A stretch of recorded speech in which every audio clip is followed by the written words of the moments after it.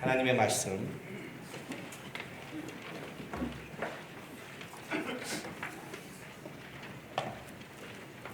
마태복음 11장 25절부터 30절까지 보겠습니다. 마태복음 11장 25절부터 30절까지 우리 한 절씩 교도하겠습니다.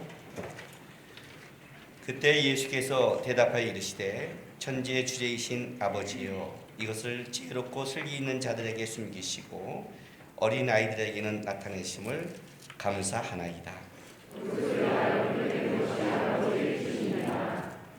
내 아버지께서 모든 것을 내게 주셨으니 아버지 외에는 아들을 아는 자가 없고 아들과 또 아들의 소원대로 계시를 받은 자 외에는 아버지를 아는 자가 없느니라.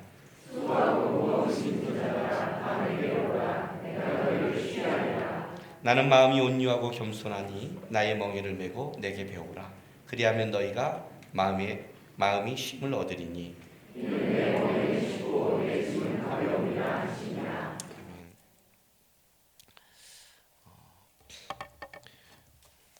마태복음 11장 28절부터 30절은 너무나 우리가 잘 아는 말씀이죠. 수고하고 무거운 짐진 자들아 내게로 오라. 근데 이제 요 말씀이 나오기까지 그냥 예수님이 툭 하신 게 아니라 오늘 이 말씀은 세례요한의 이제 질문부터 계속해서 이게 진행되어오는 말씀입니다.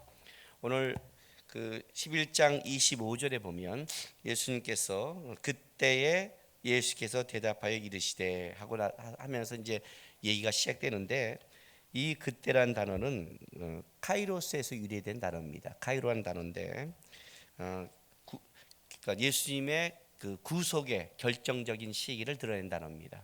여러분 우리가 들어봤죠? 시간에는 두 가지 흐름이 있다. 하나는 일반적인 시간, 그리고 하나님이 간섭하는 특별한 시간. 그 특별한 시간을 카이로스라고 하잖아요. 그러니까 여기서 지금 예수님께서 그때라는 것은 그냥 얘기하다가 그때가 아니라 하나님의 구원의 결정적인 어떤 이야기를 이제 드러내는 바로 그때라는 거죠. 그때. 그런데 오늘 요 얘기를 진행할 때 요 얘기는 아까도 말했지만 세례 요한의 질문부터 시작되는 거예요. 자, 봐요. 11장 2절에 요한이 옥에서 그리스도께서 하신 일을 듣고 제자들을 보내요. 이렇게 말해요. 그렇죠? 요한이 감옥에서 그리스도께서 하신 일을 들었어요. 듣고 제자들을 보내는 거예요. 보낸 이유가 뭐냐면 오늘 본문에 보면 3절 말씀. 예수께서 여짜오되 오실 그이가 당신이 오니까 우리가 다른 일을 기다리오리이까. 요 질문이 되는 거죠. 그렇죠? 그러니까 세례요한이 들었는데 이 내가 들은 것이 맞다 메시아냐 아니면 그냥 큰 선지자야? 여기서 이제 의문이 시작된 거예요. 그래서 제자를 불러서 질문했더니 예수님께서 어떤 대답을 하시냐면 봐요. 4절. 예수께서 대답해 이르시되 너희가 가서 듣고 보는 것을 요한에게 알리되, 이렇게 말해요. 대답을 하는 게 아니라 너희가 듣고 본 것을 말하라, 이렇게 말을 해요. 요 말을 세례 요한의 제자들에게 말하고 그리고 나서 7절 봐요. 다시 무리를 향해서 뭐라고 말하냐면 그들이 떠남에 예수께서 무리에게 요한에 대하여 말씀하시되 너희가 무엇을 보려고. 이해가 됐어요? 듣고 본 것을 말해줘라. 그리고 다시 묻는 거예요. 너희는 무엇을 보려고? 무엇을 보려고 나왔니? 묻는 거예요. 뭘 보려고 나왔니? 목적이 뭐니? 라고 묻는 거예요. 목적이 뭐니? 그리고 보세요. 9절. 그러면 너희가 어찌하여 나갔느냐? 선자를 보기 위함이 아니더냐? 계속 지금 보는 문제죠. 선자를 보기 위함이 아니더냐? 옳다. 내가 너에게 이르노니 선지자보다 더 나은 자다. 이렇게 하는 거예요. 자, 무엇을 보려고 나왔니? 무엇을 보고 있니? 무엇을 보고 있니? 선지자니? 그래, 선지자 보러 나온 거 아니니? 맞다, 선지자보다 큰 자다. 이렇게 되는 거예요. 여러분, 오늘 우리 성가대에서 내가 주님 앞에 무엇입니까? 그랬어요. 내가 주님 앞에 무엇입니까? 사실 이 질문 하나에만 우리가 제대로 응답한다면 신앙생활은 끝난 거예요. 내가 주님 앞에 무엇입니까? 막대기 아닙니까? 양 아닙니까? 여러분 막대기가 뭘 해결할 수 있을까요? 양이 뭘 해결할 수 있을까요? 다른 말로 할까요? 다른 말로 할까요? 오늘 내가 아침에 와서 이렇게 지나갔는데 누구의 집사님의 애라는 얘기는 하지 않겠지만 집 앞에 뛰어가길래 내가 안녕 그랬어요. 그랬더니 보통 목사님이 안녕 그럼 뭐라 해야 되죠? 예, 아니 목사님이 아니라 사람이 안녕 그럼 뭐라 해야 돼요? 어른이 예, 쳐다보질 않아요. 대꾸도 안 하길래 얘가 지금 딴 데 보나 해도 다시 기회 앞에 가서 내가 안녕 그랬어요. 이 확인을 하지 말았어야 했는데 확인을 하면 상처를 받는데 그냥 확인을 안 하면 몰랐겠거니 하고 넘어갔는데 꼭 여러분 인생에 굳이 확인하지 마세요. 확인하면 상처받아요. 남편한테 확인하지 마세요. 못 봤구나. 나 사랑하나 보다 이렇게 해야지. 확인하면 상처받아요. 안녕 그랬더니 쳐다보지 않고 가버렸어요. 이거 진짜 개무시한 거예요. 그죠? 막 걔한테 뭘 기대하겠고요. 막대기가 뭘 그죠? 걔는 날 그냥 막대기 취급한 거예요. 뭘 기대하겠어요? 교회에 어떤 문제가 있고 집안에 문제 있을 때 3살짜리 5살짜리 때 이러면 뭘 기대하겠어요? 기대하겠어요? 그 아이의 판단을 믿겠어요? 그 아이의 생각을 믿겠냐고요? 여러분은 잘하셨습니까? 여러분은 컸어요? 여러분 훌륭하십니까? 무엇을 보러 왔니? 선지자 아니니? 진짜 선지자를 보고 있는 거니? 선지자보다 큰 이가 있는데 보고 있는 거니? 이 세대를 무엇으로 비유할까? 피리를 불어도 춤추지 않고 장태에서 울어도 애고가지 않는다. 진짜 보고 함께할 마음이 있는 거니? 전혀 없다. 전혀 없다. 이 말씀은 거꾸로도 해석된다고 그랬죠? 왜 내가 피를 부르는데 너는 춤추지 않아? 왜 내가 장례식 놀이하는데 너는 울지 않아? 왜 나한테 장단을 맞추지 않아? 왜 우리 이런 메시아를 기다리는데 왜 하나님은 반응하지 않아? 우리 그렇죠? 하나님 왜 내 기도를 받지 않습니까? 왜 이러십니까? 우리 그러잖아요. 왜요? 막대기가 아니라고 생각하는 거죠. 그래서 오늘 그때라고 말하는 거예요. 그때 하나님의 경륜의 때 보세요. 예수께서 대답하여 이르시되 천지의 주제이신 아버지여 이것을 하나님의 나라 천국의 비밀 복음을 얘기하는 거예요. 이것을 누구에게? 지혜롭고 슬기 있는 자들에게 숨기시고 어린아이들에게는 나타내심을 감사하나이다. 자, 하나님의 이 천국의 비밀, 하나님의 경륜 복음을 놀랍게도 지혜롭고 슬기 있는 자들에게는 어떻게 한다고요? 숨기신대요. 그리고 어린아이들은 뭐예요? 나타난대요. 이해가 가세요? 대충 무슨 뜻은 알겠죠? 그렇죠. 대충 여러분이 머리는 감은 잡죠. 그래, 하나님 앞에 똑똑하고 잘났다고 지랄하는 놈들은 안 보여주고 하나님 앞에 그냥 애처럼 순수하게 나오면 보여주고 그런 뜻이 느낌이 오죠. 근데 여러분 그러면 좀 하나님이 치사하지 않으세요? 하나님인데 오늘 걔가 나한테 인사하지 않는다고 내가 걔를 계속 하면 뒤끝 장렬 아니에요? 그러면 야 목사님 누가 너무할 것 같아요? 물론 내가 인사하지 않았어요. 그렇다고 내가 걔 가서 너 어떻게 그럴 수 있니? 너가 인간이니? 네가 사람이니? 네가? 이러면 여러분 걔를 욕해요? 누굴 욕해요? 목사님 애야? 그냥 앉혀놓고 야 인사하는 거야? 이래 목사님이 이래야 되잖아요. 그리고 넘어가야 되는데 계속 똑같이 앉아갖고 못된 것 꼬집고 빨리 인사해. 그럼 여러분 누굴 욕할 것 같아요? 목사님 욕하지 않아요? 똑같지 않아요? 하나님 그러면 웃기지 않아요? 그런 뜻이 아니죠. 치사하게 하나님이 좀 똑똑하다고 지혜롭고 슬기 있는 건 누가 줬는데? 그 머리는 누가 줬는데? 하나님이 줬는데. 그렇지 않아요? 그런 문제보다는 또 깊은 문제겠죠. 여기서 이 지혜롭고 슬기 있는 자는 이 슬기 있는 자의 뜻은 뭐냐면 이해력을 가진 학식이 있는 지성을 갖춘 이런 뜻이에요. 지성을 갖춘. 어린아이는 어떤 뜻이냐면 젖먹이 또는 경험이 없는 사람들 이런 뜻이에요. 이해력이 있고 학식이 있는.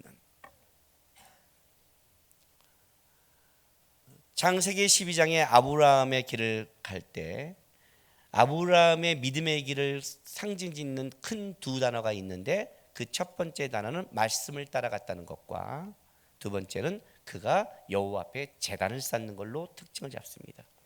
창세기 11장의 모든 인류는 뭘 쌓냐면 바벨탑을 쌓습니다. 그런데 아브라함은 바벨탑이 아니라, 자신을 위한 탑이 아니라 누굴요?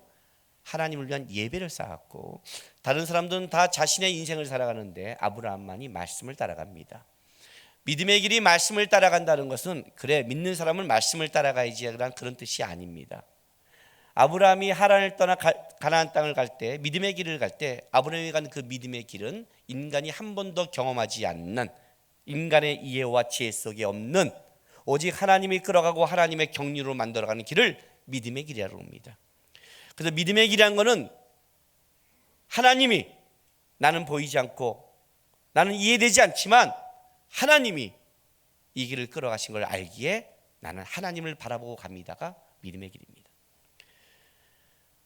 무엇을 보러 왔니? 그러는 거예요. 무엇을 보고 있니? 하나님의 길, 하나님의 인생, 하나님의 끌어가는 것이 너희의 이해력 안에 있다고 생각하니? 너희의 학식 안에, 지성 안에 이것이 보인다고 생각하니? 그 자들에게 숨겨져 있다는 거예요. 그렇게 볼 수 없는 길이 하나님이 끌어가는 길이라는 거예요. 그러니 이 땅에 내가 똑똑하다고, 내가 경험했다고, 내가 지성이 있다고, 내가 안다고 하는 그 사람들에게는 그 길은 보일 수 없는 길이에요. 하나님을 쫓아가는 믿음의 길은 좁은 길이라고 합니다. 넓은 길은 생명이 아니라 죽음으로 가는 길입니다. 왜요? 우리의 보이지 않는, 경험하지 않는 길이 좁은 길 아니겠습니까? 여러분 차를 타고 가다가 모르는 길에 가본 적 있으세요? 아는 길, 내가요 좁은 길, 그러니까 2차선 국도, 넓은 길이니까 8차선 이렇게 보지 마세요. 2차선을 가도요, 내가 맨날 간 길은 넓은 길이에요. 쫙 밟아요. 그냥 왜 걱정하지 마. 자, 확 줄여요. 왜죠? 80km 있어. 꺾으면 80km가 딱 찍히는 게 있는 거예요. 그죠? 진짜 자기 가는 길은 촥촥촥촥 가요. 제가 아는 분이 차를 타고 저기 강남에서 차를 보는데 막 가는 거예요. 어디 어떻게 했더니 여기서 신호가 뚫리면 저까지 다 뚫린대요. 알고 있는 거예요. 모르는 사람만 덜 가는 거, 아는 사람은 쫙 가는 거. 넓은 길이에요. 8차선을 가도요, 내비도 안 나오고 모르면 덜덜덜, 그게 좁은 길이에요. 길의 크기가 아니라 모르는 길, 처음 가는 길, 8차선의 고속도로에서 잘못 빠지면 어떤 건지 아세요? 진짜 넓게 끝까지 가요. 차라리 국도는 돌기라도 하지, 이거는 끝장이에요. 8차선에서 빠질 때는 더 조심해야 돼요. 그렇지 않아요?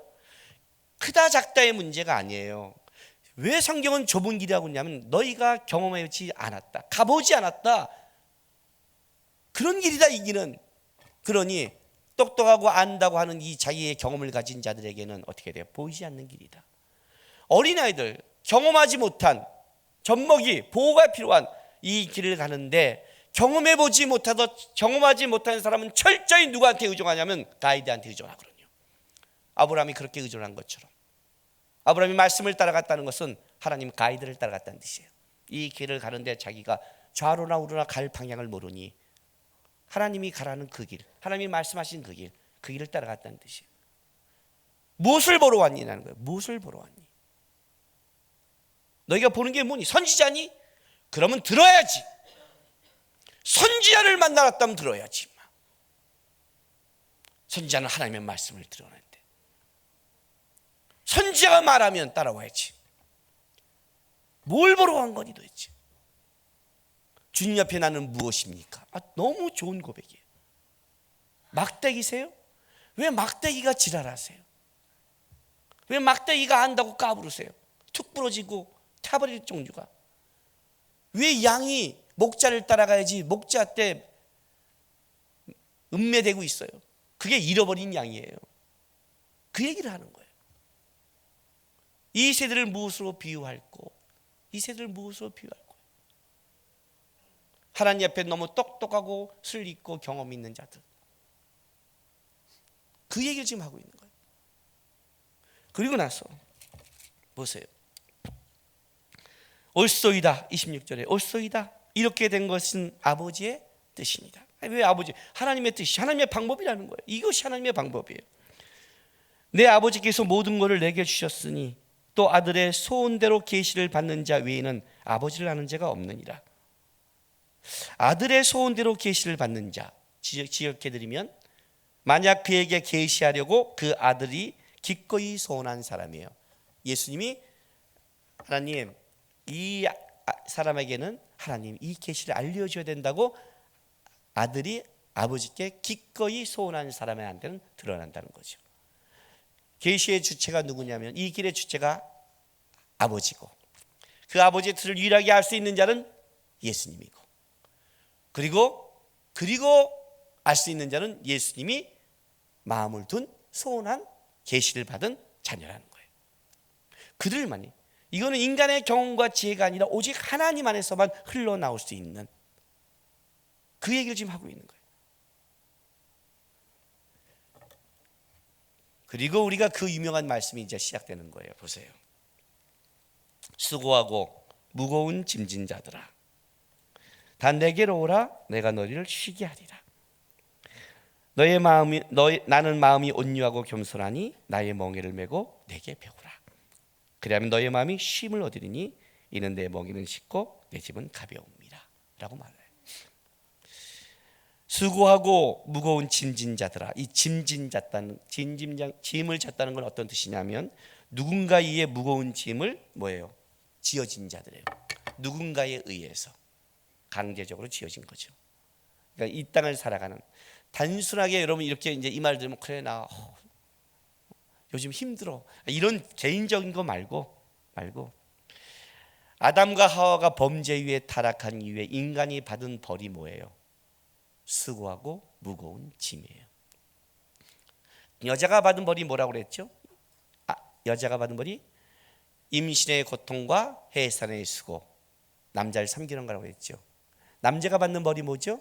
땀 흘려 일하는 것. 그럼 남자는 일하고 여자는 임신해야 된다. 그런 걸 말하는 게 아니라 남자와 여자를 합쳐서 사람이라고 그러는 거죠.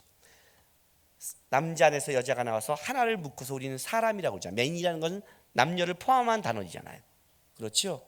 인간의 운명을 얘기한 거죠. 앞으로 인간의 운명은 생명이 탄생하는 순간부터 고통스러울 것이며 그 생명이 나올 때 쉽게 아니라 수고로이 나올 것이며 그 생명이 살아가는 데 있어 땀 흘리고 섬기는 그 인생을 살다가 뭘로 가는 거예요? 흙으로 돌아가는 인생이 될 것이다. 인간의 운명이죠. 수고하고 무거운 짐. 제가 밖에 나가서 집회할 때마다 사람들이 이렇게 물어요. 먹고 살기 힘드시죠? 그러면 다 네 그래요. 내가 볼 때 저 사람은 좀 돈이 많이 벌고 먹고 사는 게 힘들지 않을 것 같은 사람도 네예요. 진짜요.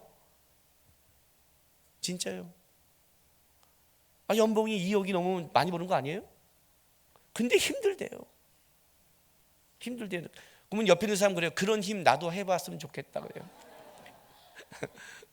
하여튼 나도 힘든데 그게 아니니까 힘들다 죽겠대요. 힘들죠. 왜 힘들어요? 먹고 사는 게 벌이니까, 인간의 운명이니까, 쉽게 못 사니까. 살만하면 어떻게 돼요? 살만하면 늙어가잖아요. 병들잖아요. 그잖아요. 건강하고 시간 있을 때는 돈이 없고, 우리 그런 말 하잖아요. 이제 돈 있고 시간 있으면 건강이 안 되고 비행기를 못 타. 국내 여행이야 맨날. 젊었을 때는 비행기 탈 돈이 없어 국내 여행 했는데, 비행기 탈 돈이 있는데 건강이 안 돼 국내 여행이야. 평생 내가 간 해외는 제주도야. 내 인생은 뭐야? 뭐 이게 인생인 거죠. 그러다가 그냥 뭐 하나 물려받아서 그냥 막 사는 인생 보면 그것이 그냥 좋은 거냐 축복이냐 해야 하면서 정신 못 차리는 게 우리 인생 아니에요. 어디 갈 때마다 제가 요즘 기억하고 사세요? 화장하는 것이 뭐라고요? 피부가 부패하는 걸 가리는 것이다. 회칠하는 것이다. 화장이 짙어질수록 부패가 깊어진다. 하나님께 돌아가는 게. 엊그저께 토요일날 아침에 딱 일어났는데 이쪽 눈밑이 팍 떨리는 거예요. 그냥 막 떨리는 거예요. 그 누구한테 가겠어요? 이럴 때는 하나님한테 안 가거든요. 아내한테 가는 거지. 아내한테. 하나님한테만 뭐 가봤자 뭐 그렇고 그래서 할 말도 없고 하나님 앞에서는 할 말도 없고 떨려봤자 십자가 딱 보면 탁 내려오니까 누구한테? 아내한테 가서 이제 위로받고 이제 얘기하려고 이제 아내가 그잖아. 내가 이렇게 힘들어할까봐 탁 들어. 여보, 나 눈 팍 떨려 그랬더니 우리 아내가 저를 딱 보면서 하는 말이 그렇게 많이 처먹는데 아침 저녁으로 비타민 막 먹는데도 그렇게 많이 먹는데도 떨려. 떨리잖아 그랬더니 두 번째 말에 내가 입을 다물었어요. 나는 자주 그래. 예. 예. 난 자주 그래. 예. 뭐 내려가서 너무 억울해서 또 젊은 애들 붙잡고 막 붙잡고 소시정 붙잡고 얘기했더니 나가서 마그네슘을 사다 주는 거예요. 역시 경험하지 않은 애가 좋구나 이러면서. 먹을 때마다 뭘 느끼라고요? 죄인이에요. 비타민 하나 들을 때마다 나는 끔찍한 죄인이구나. 살아갈 수 없구나. 막대기구나. 무거운 짐이에요. 수고하고 무거운 짐진 자들아, 아담 이후에 죄로 말미암아 벗어날 수 없는 자들아, 내게로 오라. 내가 너희를 쉬게 하리라. 왜요? 룻기 한번 볼까요?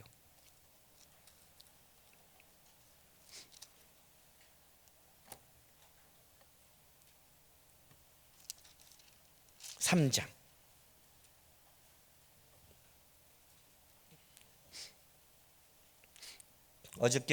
엊그저께 어디 가서 1박 2일 수련회 집회해 주면서 룻기를 해줬어요.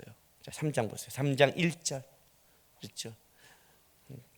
룻의 시어머니 나오미가 그에게 이르되 내 딸아, 내가 너를 위하여 안식할 곳을 구하여 너를 복되게 하여 하지 않겠느냐.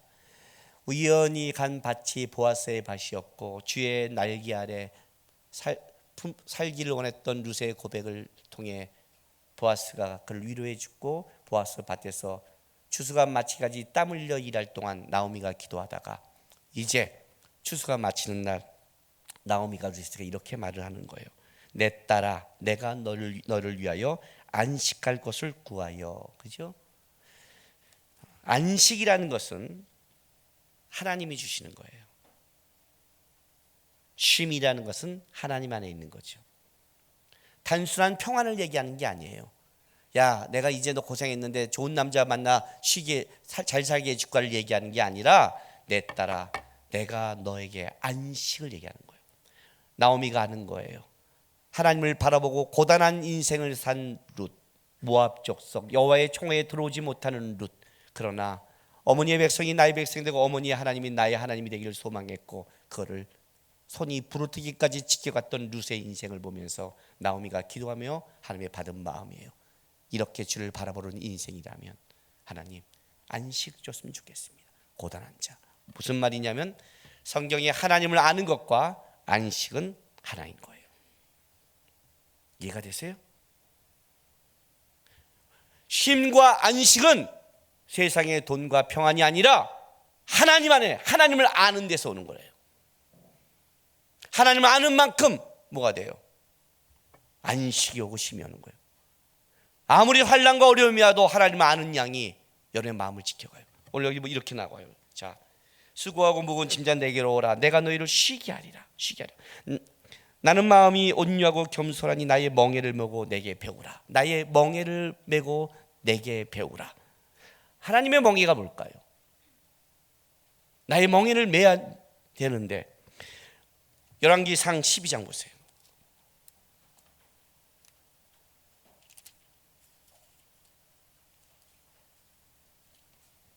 12절부터 12장 12절 534쪽 구약성경.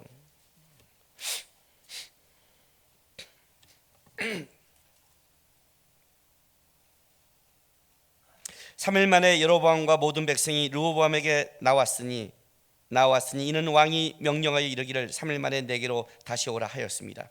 왕이 포악한 말로 백성에게 대답할 때 노인의 자문을 버리고 어떤 사람들의 자문을 따라 어린 사람들의 자문을 따라 그들에게 말하여 이르되 내 아버지는 너희의 멍에를 무겁게 하였으나 나는 너희의 멍에를 더욱 무겁게 할지라. 내 아버지는 채찍으로 너희를 징계하였으나 나는 정갈 채찍으로 너희를 징찰하니라. 르호보암이 왕권을 갖고 나서 여로보암과 많은 하인들이 와서 얘기하죠. 솔로몬의 그 속의 멍에가 무거워서 부탁했더니 노인들의 말을 듣지 않고 젊은 사람의 말을 듣고 나서 르호보암이 이 말을 통해서 이스라엘이 갈라지게 되잖아요. 근데 여기 이런 말을 해요. 내 아버지는 너희 멍에를 무겁게 하였으나 나는 너희 멍에를 더욱 무겁게 하리라. 그래요. 그죠? 내 아버지는 너희에게 멍에는 뭐냐면 어떤 권세와 통치자에게 자신을 예속하는 거예요. 이해가 되세요? 솔로몬의 밑에 있다는 것은 솔로몬의 통치자 안에 나는 예속되어 있는 거예요. 그래서 그가 준 짐을 받아야 돼요. 우리는 지금 대한민국 시민권을 가지고 있어요. 대한민국 시민권이란 대한민국 권력과 통치권 안에 우리의 멍에가 있죠. 그러니까 여러분 세금 올라가면 어떻게 돼요? 안 내. 이런 사람 없죠? 그렇잖아요. 자동차에 딱 걸리면 어떻게 돼요? 난 싫어요. 이렇게 못하죠. 왜? 여기에 통치와 권력과 이 법안에 내가 예속되어 있으니까. 그게 내가 대한민국을 살아가면 대한민국에 짊어져야 될 멍이라는 거예요. 그걸 멍이라고 그래요. 나는 내 집이 너무 힘들어요. 뭐예요? 여러분의 가정에 여러분이 예속되어 있는 거예요. 남편이 꼴통이에요. 어쩔 수 없어요. 거기에 예속되어 있는 거예요. 이해가 되세요? 그걸 멍에라는 거예요. 멍에. 내가 짊어지고 가는 것.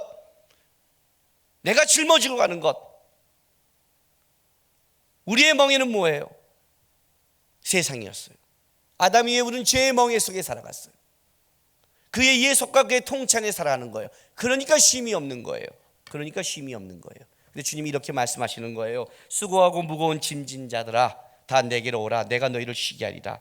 나는 마음이 온유하고 겸손히 나의 멍에를 보고 내게 배우라. 무슨 말이냐면 나의 통치와 다스림 안으로 들어와라. 수고하고 무거운 짐진 자들아, 세상의 죄가 아니라 세상의 무게가 아니라 나의 다스림과 통치 안에 들어와라. 내 멍에를 배워라. 그럼 어떻게 하라고요? 마음의 쉼을 얻는다. 왜? 우리 주님은 마음이 온유하고 겸손하니까. 여러분 온유란 뜻은 어떤 뜻이냐면 친절하고 너그러운 태도예요. 겸손은 낮아짐과 비천 겸비예요. 여러분 겸손이라는 단어는 사람에게 없는 단어라고 그랬죠. 기억나세요? 사람은 겸손할 수 없다고 그랬죠. 사람이 겸손한다는 건 뭐라고? 재수가 없다고 그랬죠.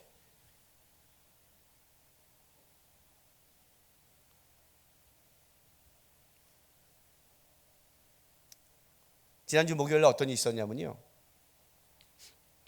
제가 멕시코에 간 사이에 교회 얘기를 좀 보고를 들었어요. 수요일날 우리 이사야 전도사가 찬양 인도를 했대요. 우리 이사야 전도사 잘생겼잖아요. 얼굴이 연예인필이거든요. 딱 보면은. 근데 처음 하니까 얼마나 떨리겠어요. 틀리고. 그런데 모든 우리 여자 지사님들이 다 괜찮다고 그랬어요. 안구 정화가 되고 시원하고 용서가 된대요. 틀려도 좋다. 야, 맨날 설교단에 이런 센 것과 찬양 인도에 머리 큰 우리 황시호 목사, 뭐 이렇게 우리 목사님을 보다가 또 요즘 뚱뚱한 우리 서 목사 이렇게 보다가 뭐 늙은 김정한 목사 보다가 아주 그냥 젊고 탱탱한 이사야 전도사가 와서 찬양인도 했더니 틀려도 좋다. 이야 훌륭하다. 자주 섰으면 좋겠다. 이런 말을 제가 들은 거예요. 제가 뭐라고 그랬냐면 거기 앉아 있어서 그때 우리 부교육자들하고 다 앉아 있길래 제가 뭐라고 그랬냐면 거기 앉아서 이랬어요. 하나님의 목사란 하나님의 사람은 딱 보는 순간에 영광을 가리면 안 돼. 그냥 딱 하나님만 봐야 돼. 딱 보자마자 하나님 쫙 가야지. 눈을 머물게 한다는 거는 그거는 아니야. 이렇게 말했더니 보통 이렇게 말하면 어떻게 하죠? 담임 목사님 이렇게 말하면 옆에 있다가 아유 목사님도 약간 가려요. 목사님도 에이 이렇게 말해줘야 되는데 모두가 네. 모두가 이렇게 말하면 그럼 나는 뭐가 되는 거야, 그죠? 뭐 내가 그랬어요. 너는 굉장히 정직하고 솔직한데 지혜가 없구나. 지혜가 없구나 너희는. 이사야 전도사가 제 옆에 와서 목사님 머리숱이 좀 없어서. 이게 겸손 아니죠? 이건 죽여야죠. 그죠? 제가 예쁘게 생긴 연예인 한 명이 뭐라는 줄 아세요? 거울 보는데 왜 그랬더니 조금만 더 예뻤으면. 와 내가 순간 십자가로 찍어 죽일 뻔했어요. 그 얼굴 갖고 조금만 더 예뻤으면. 도대체 이것들이 끝이 없었어요. 겸손이에요? 예쁜 얘가 와서 저도 못생겼어요. 겸손이에요? 겸손할 수 없다고 그랬지요. 돈 많이 번 사람이 와갖고 너도 번 게 아니에요. 그죠? 원민 같은 애가 와갖고 저도 뭐 잘생긴 거 아니에요. 그러면 저는 어떻게 해요? 저는 골룸이죠, 골룸. 그런 얘기하는 거 그죠? 겸손할 수 없다고 그랬죠. 인간은 겸손할 수 없고 재수가 없다고요. 또 가졌다고 그러면 어떻게 돼요? 잘났다고 하면 교만한 거잖아요. 겸손은 어디서 온다고 그랬어요? 겸손은 하나님이 이 잘생김을 주신 거고 오늘 하나님이 한번 긁어버리면 내가 평생 갈 수 있다는 걸 알 때 까불지 않는 걸 겸손이라고 했죠. 하나님 안에 있다는 것을. 내 똑똑함도 하나님이 내 선 하나 건드면 바보가 된다는 걸 알 때 우리는 겸손했다고 했죠. 온유와 겸손은 다 하나님께 속한 거예요. 우리는 온유하지 못해요. 온유가 뭔지 아세요? 어떠한 상황에서 하나님만 붙잡을 수밖에 없는 상황을 온유라고 해요.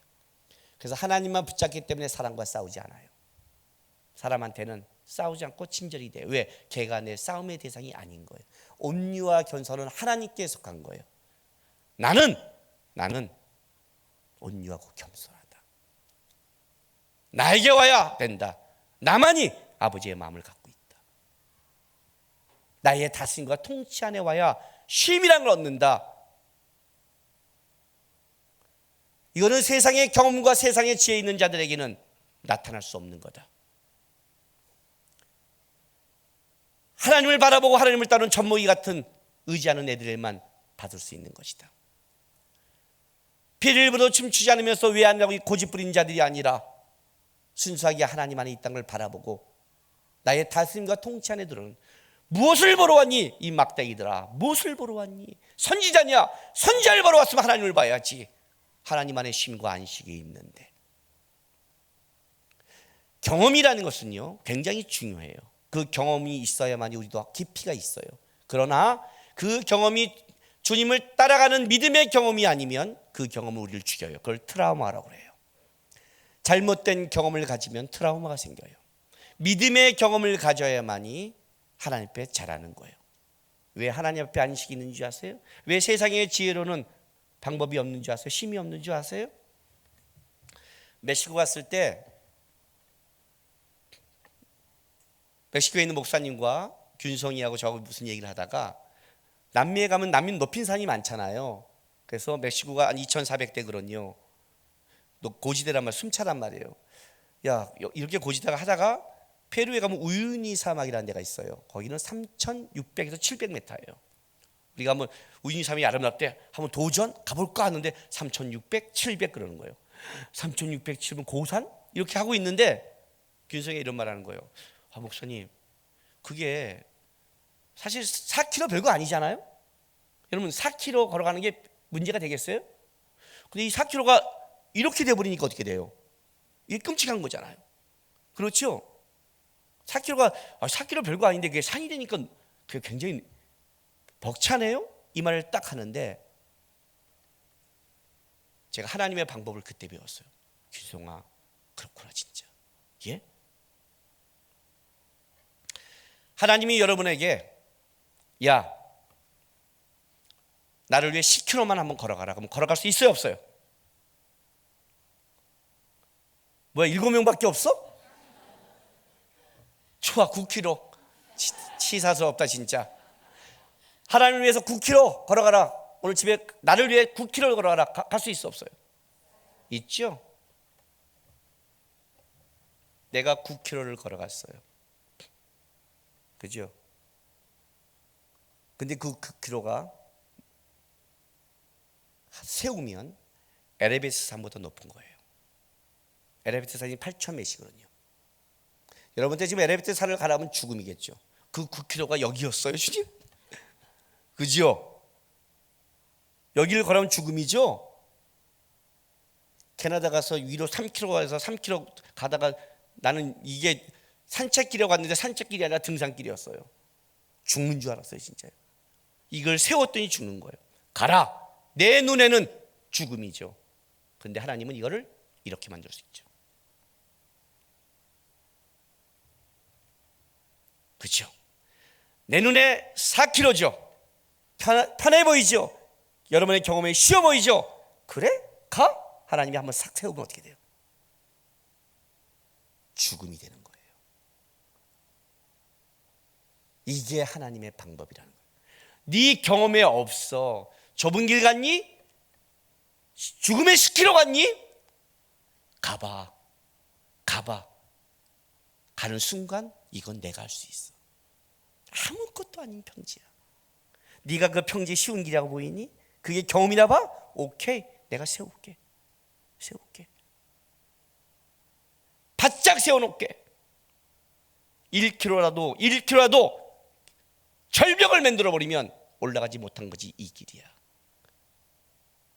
이게 하나님이라는 거예요. 그게 어떻게 우리 눈에 있어요? 이게 평지가 되고 고산이 될지 어떻게 있어요? 그걸 고백하는 거예요. 나는 여호와 앞에 무엇입니까요? 나는 옆에 마른 장작이라는 것은 나는 한 치 앞도 볼 수 없는 젖먹이와 믿음의 길을 볼 수 없는, 경험할 수 없는 작은 자에 불과합니다. 이걸 알 수 있는 길은 하나님밖에 없습니다. 하나님 안에 길이 있고 내 안에 길과 생명이 있다는 뜻이에요. 하나님 안에 안식이 있다는 거예요. 여러분이 보고 있는 그 끔찍한 게 하나님이 인생에 뭘 만들지 어떻게 알아요? 그 끔찍한 걸 하나님이 어떻게 만들지, 여러분이 지금 된다는 것을 하나님이 어떻게 꺾을지 어떻게 알아요? 이게 하나님이 이 안에 있다는 거예요. 수고하고 무거운 짐진 자들아, 세상의 죄와 멍에에 힘들어하는 자들아, 나의 통치와 다스림 안으로 들어와라. 버티고 싸우지 말고 들어와라. 내 통치와 다스림 안에 안식과 쉼이 있고 거기에 회복이 있는 것이다. 나는 마음이 온유하고 겸손하다. 멍에를 맨다는 것은 세상의 것이 아니라 이제 나는 예수님을 따라가고 예수의 말씀을 따르며 예수의 방법을 따르며 주께서 나에게 한 그것을, 그 통치, 거기에 순종하며 가겠습니다. 이게 예수의 멍에를 매는 거예요. 그 안에 쉼이 있는 거예요. 기억하세요. 문제가 생기고 어려운 사람들이 있죠. 자기의 경험과 잔머리로 머리 굴리지 마세요. 탈수록 올라갈 거예요. 무릎 꿇으세요. 기도하세요. 기도하고 사세요. 그것이 어려워 보여도 기도하는 방법대로 하세요. 험난한 산 같은데 꺾여요. 하나님의 일하심을 봐야 되는 거예요. 하나님의 다스림 안에 있어야 역사하는 거예요. 예? 인간의 안목이 아무것도 아니에요. 하나님 안에 쉼이 있다는 걸 기억하시고 주의 다스림 안에서, 통치 안에서 쉼을 누리는 여러분 되시기를 주님의 이름으로 바랍니다. 기도하겠습니다.